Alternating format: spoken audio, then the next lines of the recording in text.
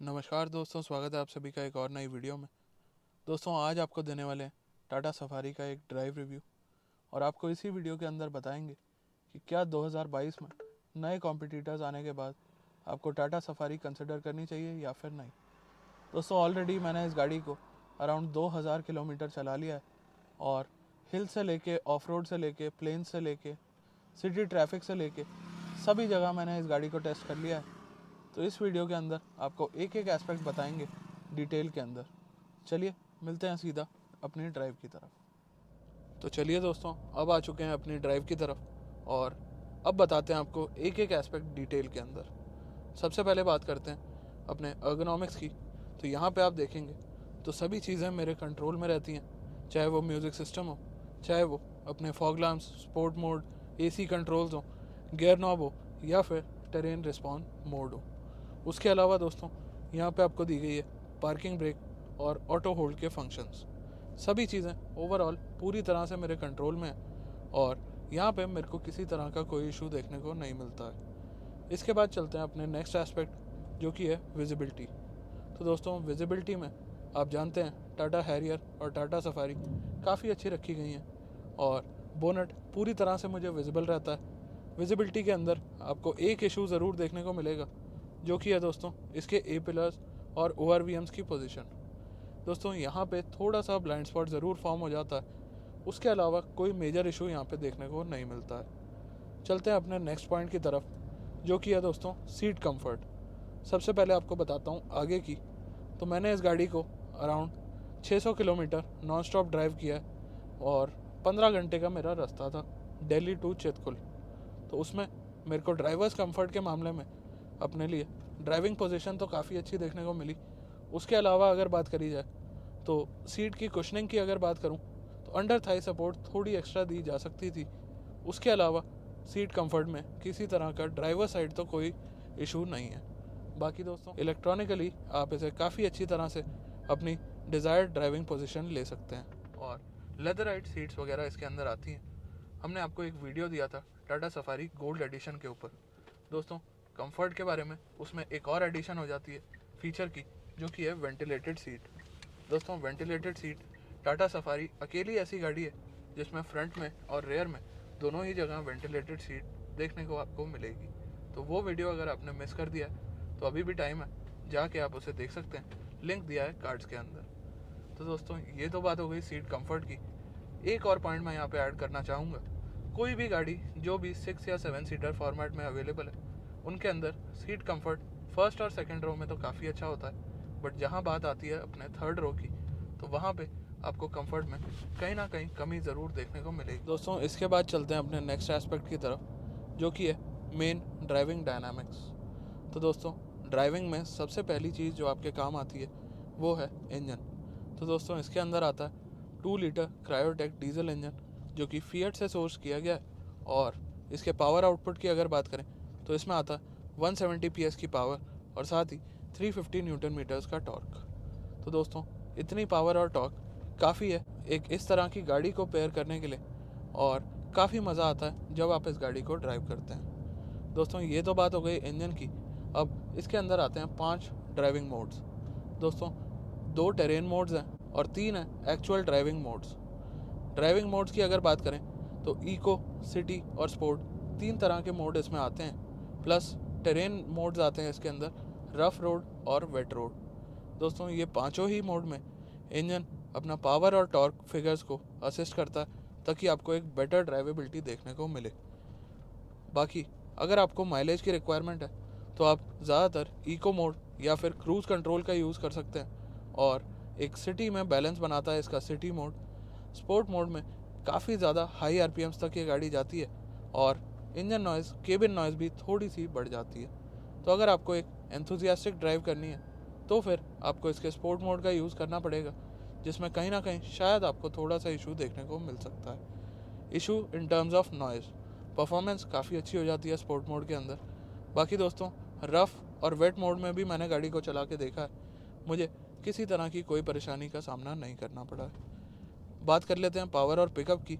तो दोस्तों, best pickup तो आपको स्पोर्ट मोड में ही देखने को मिलेगा, बट उसके अलावा दोस्तों, इतनी सारी पावर और पिकअप ड्राइविंग मोड्स के साथ साथ आपको रिक्वायरमेंट ज़रूर पड़ेगी ब्रेकिंग की। तो दोस्तों ब्रेकिंग एफिशिएंसी में गाड़ी आपको पूरी तरह से सपोर्ट करती है और पूरी तरह से आपको एक कॉन्फिडेंस वाली फीलिंग देखने को मिलती है, क्योंकि इसके अंदर आती हैं ऑल 4 डिस्क ब्रेक्स। दोस्तों डिस्क ब्रेक्स पूरी तरह से अपना काम करती हैं और आपको कहीं ना कहीं काफ़ी अच्छी फीलिंग आएगी जब आप इस गाड़ी को ड्राइव करेंगे। तो दोस्तों एक और एस्पेक्ट है जो कंफर्ट प्रोवाइड कराने में आपकी मदद करता है, जो कि है किसी भी गाड़ी के टायर्स।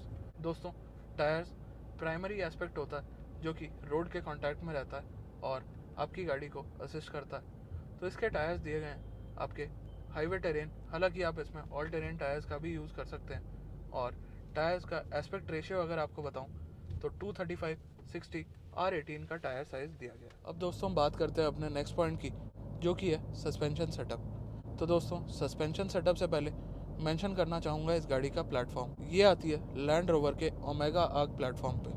तो दोस्तों प्लेटफॉर्म काफ़ी ज़्यादा ज़रूरी होता है आपकी गाड़ी को कंफर्ट प्रोवाइड कराने के लिए। और दोस्तों सस्पेंशन सेटअप के मामले में गाड़ी वाकई काफ़ी अच्छी रखी गई है। आप अगर इसे रफ़ रोड या नो रोड कंडीशन में भी चलाते हैं तो सस्पेंशन पूरी तरह से आपको असिस्ट करने वाले, और सस्पेंशन सेटअप आगे से लेके पीछे तक पूरी तरह से आपको एक अच्छा कंफर्ट प्रोवाइड कराने के सक्षम है। उसके अलावा दोस्तों बात करी जाए तो कंफर्ट का एक प्राइमरी पार्ट होता है NVH लेवल्स।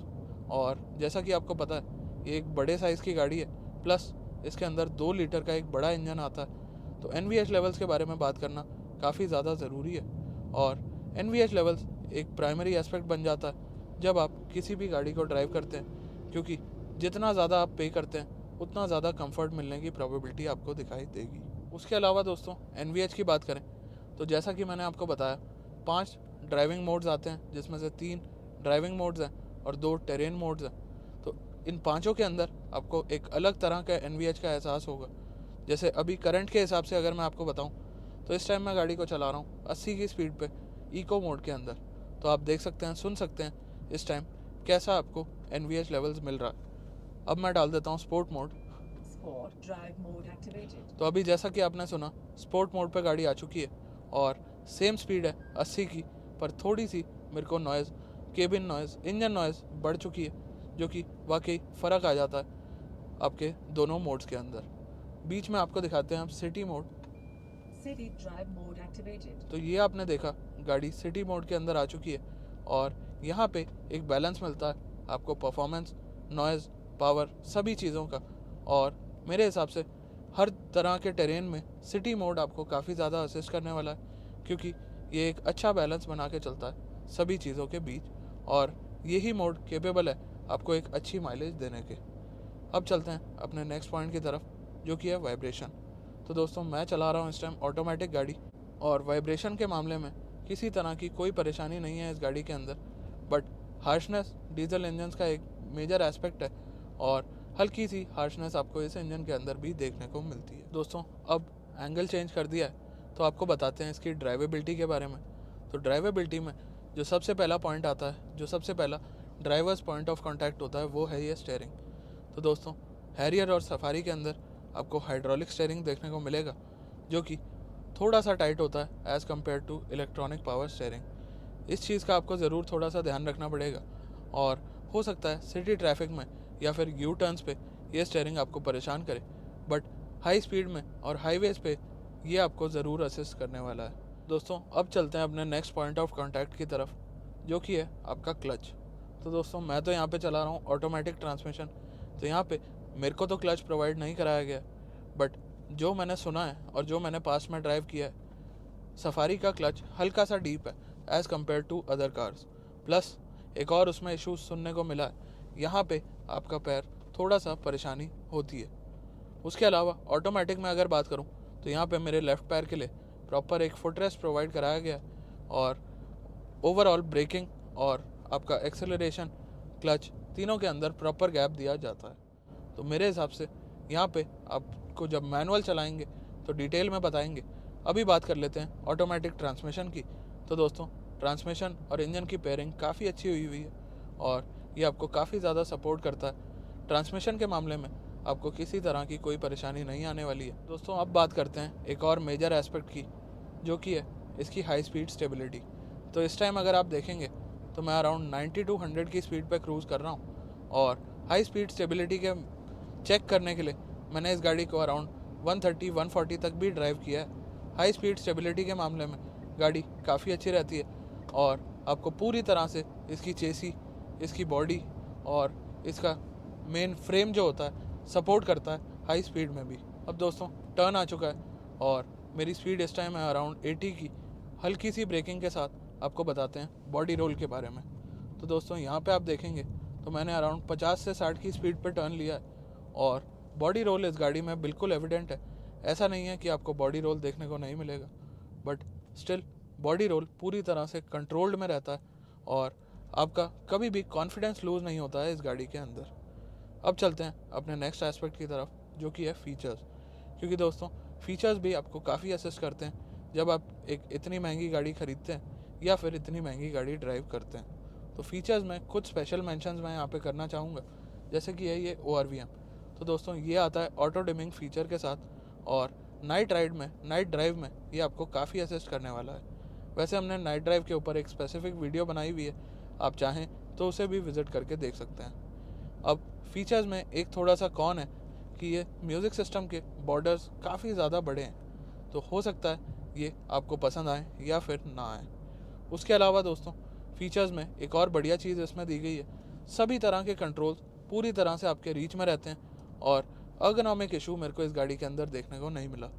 हो सकता है लोअर वेरिएंट्स में आपको अर्गोनॉमिकली कुछ इश्यूज़ देखने को मिले, बट इस पर्टिकुलर वेरिएंट में जो मैं ड्राइव कर रहा हूँ मेजरली कोई अर्गोनॉमिक इशू नहीं है।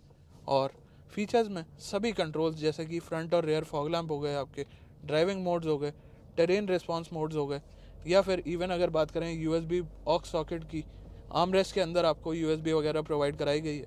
तो काफ़ी अच्छा सेटअप इसके अंदर दिया गया है और फीचर्स का बैलेंस काफ़ी अच्छा है। जैसे कि ये आपके ORVMs हैं, इलेक्ट्रॉनिक एडजस्टमेंट और फोल्डिंग फीचर के साथ आते हैं। स्टेयरिंग आप टिल्ट और टेलीस्कोपिकली एडजस्ट कर सकते हैं। इसके अलावा दोस्तों फीचर्स में बात कर लेते हैं अपने MID की।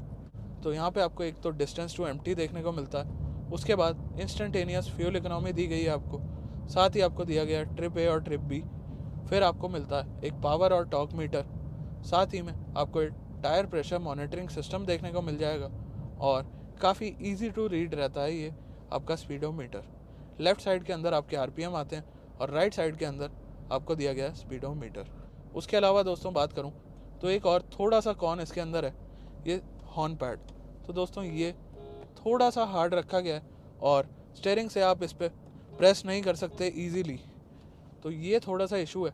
प्लस फीचर्स की बात हो ही रही है तो और आपको बता देता हूँ, यहाँ पे आपको दिए गए हैं मीडिया कंट्रोल्स जो कि पूरी तरह से आपके काम के हैं और राइट साइड में आपको देखने को मिलेंगे क्रूज़ कंट्रोल के स्विचेस। अब दोस्तों आपको दिखा देते हैं इसका क्रूज़ कंट्रोल। 30 से ऊपर की स्पीड पे आप इसे सेट कर सकते हैं। सबसे पहले आपको यूज़ करना पड़ेगा ये बटन, जिससे आगे आपका सिग्नल आ जाएगा। उसके बाद आप यहाँ पे स्पीड सेट कर सकते हैं कुछ इस तरह से, और क्रूज़ को कट ऑफ करने के लिए आपको ये बटन दिया गया है।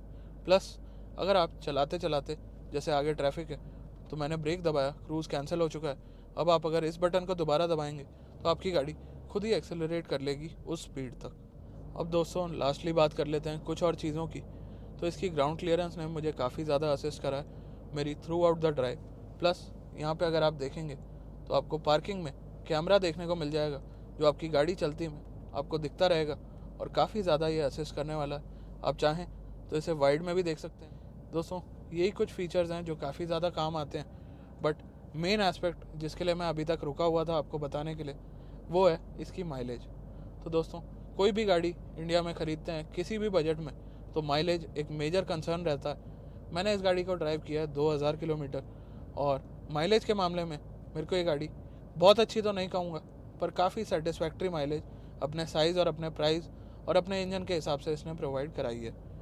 इससे आप इजीली 14 से 15 की माइलेज निकाल सकते हैं। और हमारा अगर आप माइलेज टेस्ट देखेंगे तो उसमें हमने इसको काफ़ी अच्छे से टेस्ट किया है, आप उसे विज़िट करके ज़रूर देखिएगा। प्लस लास्टली बात कर लेते हैं इसकी सेफ़्टी की। तो दोस्तों सेफ़्टी के बारे में, टाटा के बारे में आपको क्या ही बताना।